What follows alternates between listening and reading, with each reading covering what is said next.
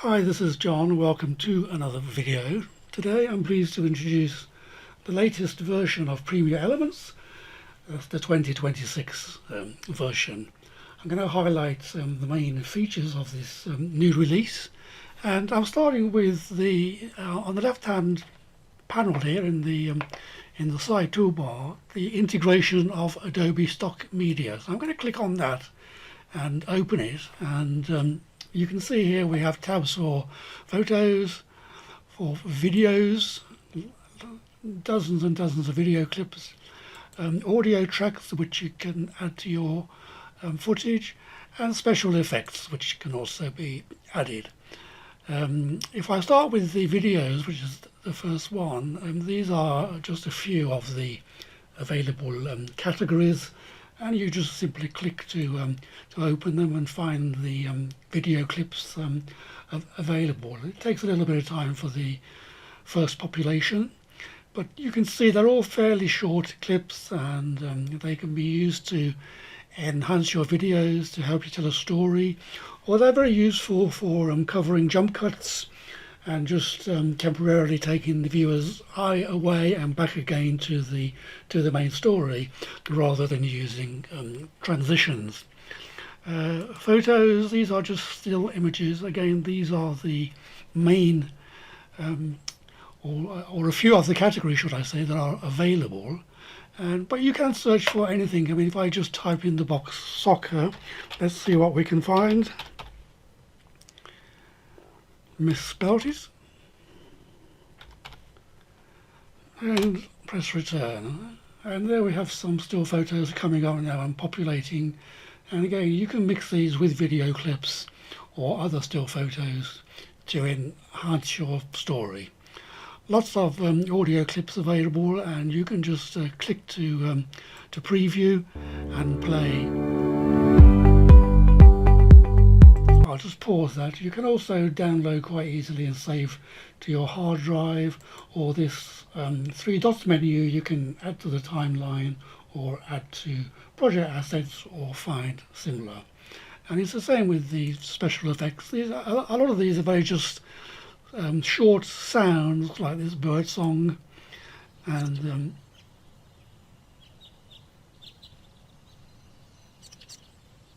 yeah, that's quite faint. I can hardly hear that. But let's try another one. Traffic. It's just kind of a background noise, and again, they can sometimes be used to enhance your story. Let's try sports crowd. That one's quite good. People cheering.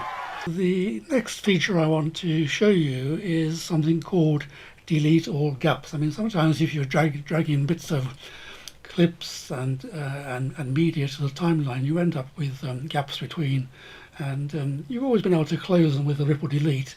Now Adobe has introduced this overlay between gaps, and if you simply right click, it gives you the option to delete that gap or to delete all gaps on your timeline. So that's a very new, useful overlay for removing gaps. Sometimes gaps are not entirely apparent, and you could have a drop frame, and Adobe has also protected that when exporting. So if you go to export something with a gap, you'll get a prompt before going ahead with the export, where you get the opportunity to either go back and check your timeline or just choose delete all gaps. Adobe has given us a new crop tool. If I move my pointer past the play button and to the left, you can see right on the far left we have this crop tool. It only becomes active once we select the video that we want to crop, and it illuminates, and then if I click on the actual crop tool itself, it turns blue, and we can start to crop directly in the program monitor by dragging the corner handles or the side handles, and make the crop that we want. If I scrub through this video, it's got lots of distractions like the TV and people's feet in the foreground. So what I can do is show you one that I've already prepared by moving this playhead to the right.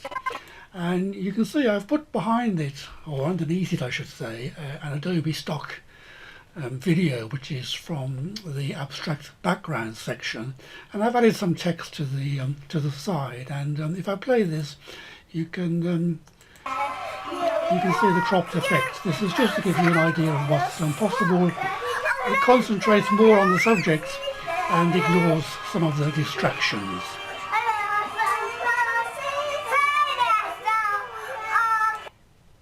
We also have, under this crop tool on the left here, if we click the drop down, a transform tool, and that's also useful if you do some of your own blogs or vlogging. You may have seen talking heads that people usually put in the top right hand corner of a clip. So if I go to my project assets panel, I can bring in this onto video 2, and it's a talking head clip. Just click no because it's not. And what I can do is I can use the transform tool now, which I already have selected, and I can resize. Sorry, I've got the wrong one selected. So I can resize this talking heads clip, bring it to a better size just by, and then I can drag it to the top left corner, something like that. And then when I play it through, you can see it's on top of the video. So that's the transform tool, which you can use in conjunction with the crop tool. One other idea is to use the transform tool to make a split screen video, and I've got these 3 soccer related clips from Adobe stock, and I've stacked them on tracks 1, 2 and 3. So let's have a look at what we can do. If I select the first one and choose the transform tool, you can see that I can start to position it as I want it directly in the project monitor. So this is much more intuitive. And again, the second one, I can just bring more of the people into the frame. And finally, the third one, choosing the transform tool and just resizing with, I don't want to rotate it, I want to drag the corner handles, something like that. And if I play it now, you can see we have this 3-way split screen, all produced with the transform tool. So that's the new crop and transform tool in Premiere Elements 2026. The 2026 version, Adobe has introduced what they call rich tooltips, and when you hover over a tool, you get this graphical representation of what the tool will do. Some beginners may find this useful, whereas experienced users may find them a little bit of a distraction. You can actually switch them off if you're not happy with them in Preferences General. That's Rich Tooltips in Elements 2026. Adobe has added 20 more motion graphics which can be used as titles or callouts in your videos. These can be found in the Title and Shapes panel under My Templates. This is one that I've adopted for myself, and I will give you a list at the end of all 20 that have been added to the program. We also have over 100 motion graphics from Adobe stock which are integrated into the application, and you can click through the pages here at the bottom, pages 1 to 8. I think there are 100 in total.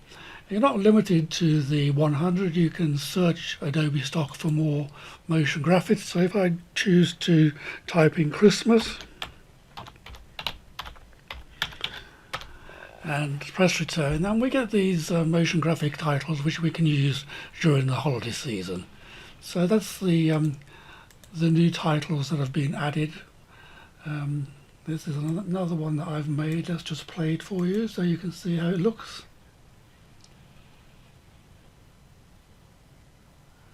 That's one of the ones from my templates, and this next one that's coming up is one from Adobe stock. It was this one here for 2023, which I changed to 2026. That's quite a new one, that's quite a nice one for the new year. So here are the 20 new titles, a list in alphabetical order. Check them out and see whether there's anything that you like. In the 26th version, Adobe has introduced a few more guided edit workflows. The first one is in the basic panel. It's called adding an adjustment layer, and using adjustment layers above your clips, you can apply similar editing techniques to the same run, or to the same sequence, I should say correctly. The next one is fill frame. This one will show you how to remove black bars from your video, and this one is for editing action cam footage. And at the very bottom we have one for adding a narration track.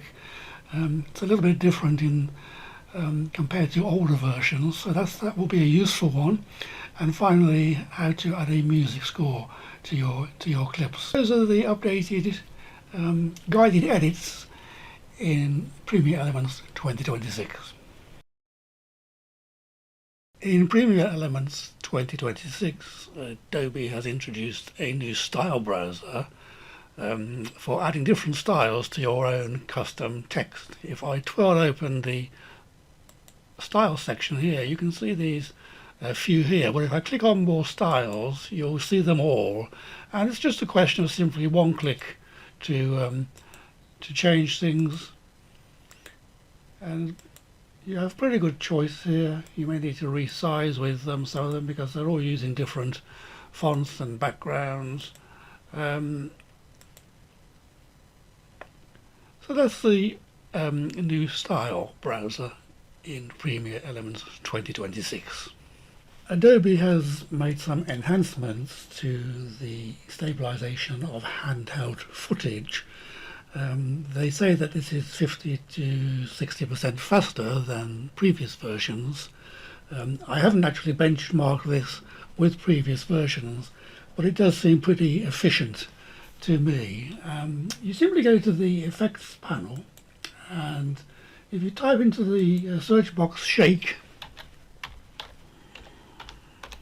and you see that we have this shake reduction effect. You simply drag and drop it onto your video clip, and analysis starts immediately.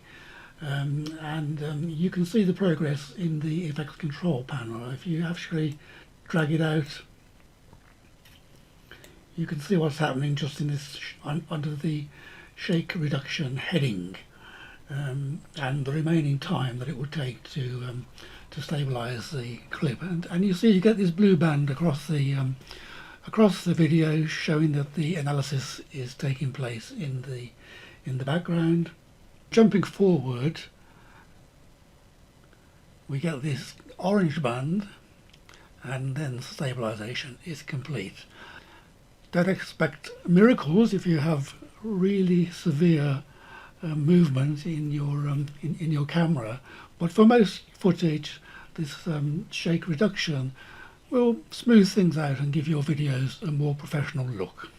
Adobe has introduced some special fonts, and these support either bitmap or scalable vector graphics, and unlike the ordinary fonts, they have built-in design elements and some multiple choices for each particular font.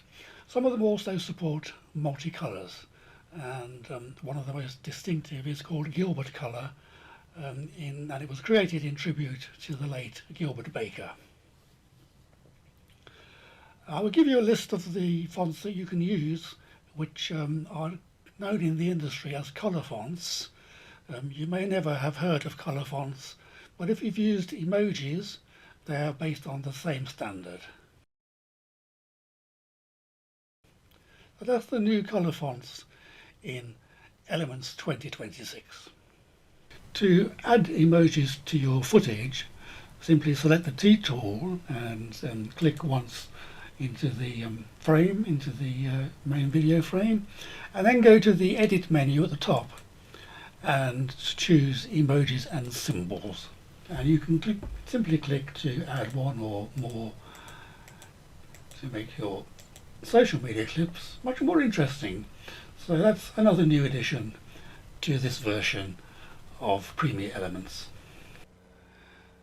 Virtual reality and 360 footage from popular cameras like the Insta 360 or Go Pro can now be edited in Premiere Elements using all the regular tools which you are familiar with. Go to File, New Project, and select More and View All Presets. And under VR you'll see that Adobe has introduced a range of the most popular presets for this type of footage. This is a sample clip from the Insta360 camera, and Adobe has introduced a range of VR presets under the Effects and the Transitions tabs. If you go to the FX tab and just type into the search box for VR, and you'll see these special presets for editing and applying things like blur. And the importance of using these is not to introduce artifacts into your editing, which can happen if you try to use the ordinary effects and transitions. I'll just show you the transitions. Again, there are the special transitions which you can use with this type of clip. If I select VR projection and drag it onto the clip, you can see the effects control panel opens up, and under this bottom tab here, VR projection, we have various things, for panning, for tilting, and for roll.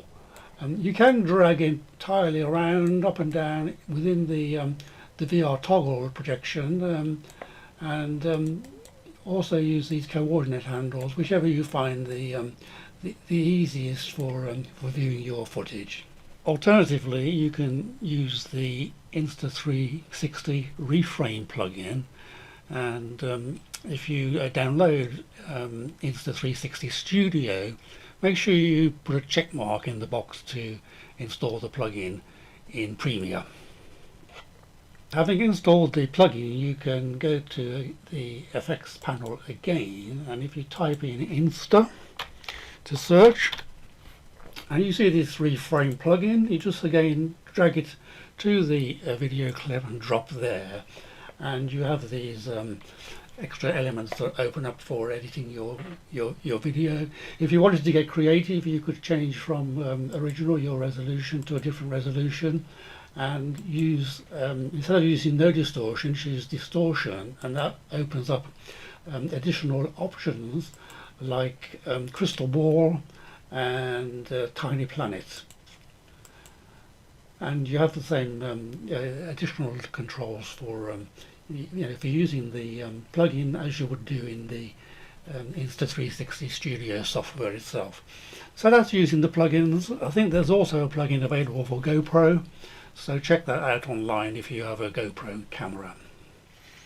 You can toggle the VR view button on and off. This kind of square arrangement is the standard arrangement, and it's designed, I think, to look like using a virtual reality headset.